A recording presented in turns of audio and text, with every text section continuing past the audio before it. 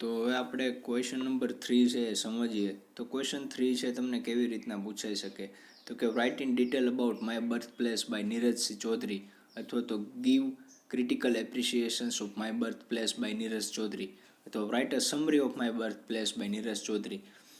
તો આપણે આ ક્વેશ્ચનને હવે સમજીએ. તો કે Neeraj Singh Chaudhary is one of the most prolific writer in of Indian English prose, કે ગદ્યની અંદર જો કોઈ સૌથી વધારે પ્રભાવશાળી રાઇટર હોય તો આ નીરજસિંહ ચૌધરી એમાંના એક છે. અને he is indeed a top class Indo Anglican writer, કે એ છે કેવા હતા તો કે એનું વર્ક છે ખાલી ઇન્ડિયન પૂરતું મર્યાદિત નહીં, પણ એ બ્રિટિશ જે આપણી ઉપર રાજ રૂલ કરતા હતા એમાંથી પણ એમને છે ઘણી બધી વસ્તુ લીધેલી છે. એમાંના ઉપર પણ એને જે એમના માય બર્થ પ્લેસની અંદર વાત કરેલી છે અમુક જગ્યાએ, એટલે એ છે એનું વર્ક છે યુનિવર્સલ છે. He has given a number of essays on the various subjects, અને એને છે કેટલા બધા એસે છે લખેલા છે વેરિયસ સબ્જેક્ટ, અલગ અલગ સબ્જેક્ટ્સ ઉપર. અને he is the peerless as a craftsman.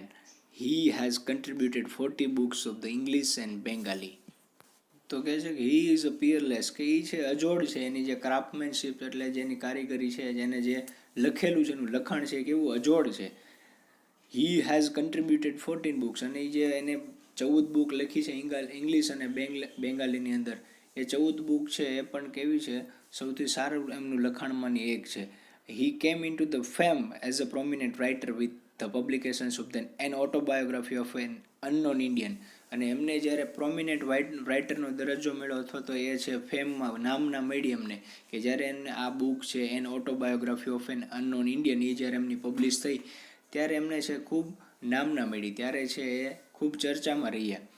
અને નીરજ ચૌધરી છે my birth place is the fantastic prose piece, અને આ છે એક ગદ્યનો બહુ સરસ એવો સારો એવો છે ટુકડો છે, સારો એવો એક નમૂનો છે.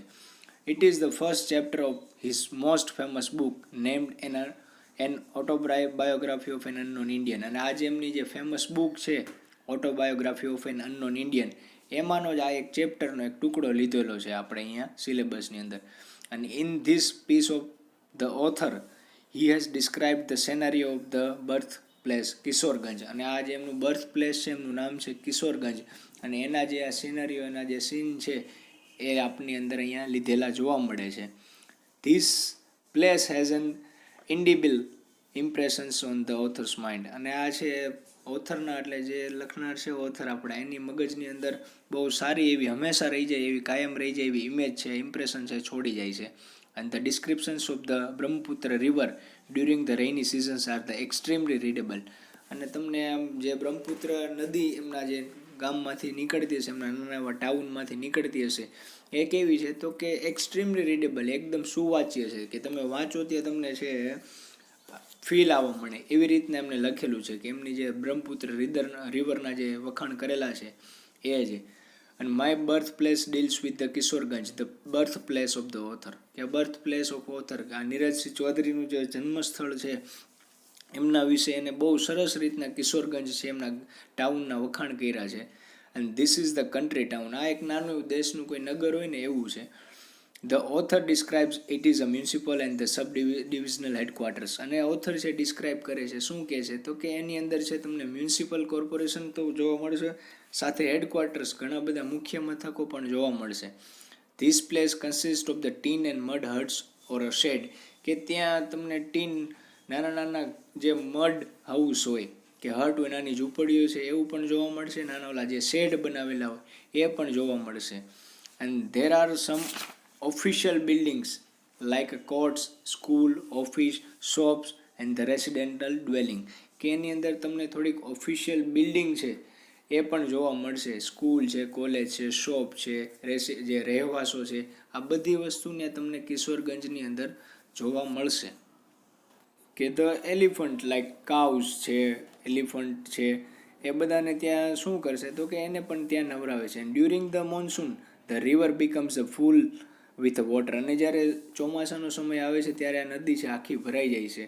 And now the author proceeds to describe the site of the village when the boat traffic started in the village river, અને આ જે નદી હોય બ્રહ્મપુત્ર નદી એની અંદર છે એક પ્રકારની બોટ રેસ થતી હોય, એના માટે છે અહીંયા બહુ આ વસ્તુ ફેમસ હોય, એના માટે છે બહુ સારી રીતના ઓથર છે, રિવરના છે, તમને ડિસ્ક્રિપ્શન આપશે, બહુ સારા એવા વખાણ કરતા તમને જોવા મળશે. અને when the boat traffic started in the village river, the description is a quite charming and the fascinating. The details of the reverse the quite charming and fascinating. કે આ જે રિવરની જે તમને ડિટેલ આપશે પછી એ કેવી હશે? ચાર્મિંગ હશે, એકદમ મનમોહક અને ફેસિનેટિંગ,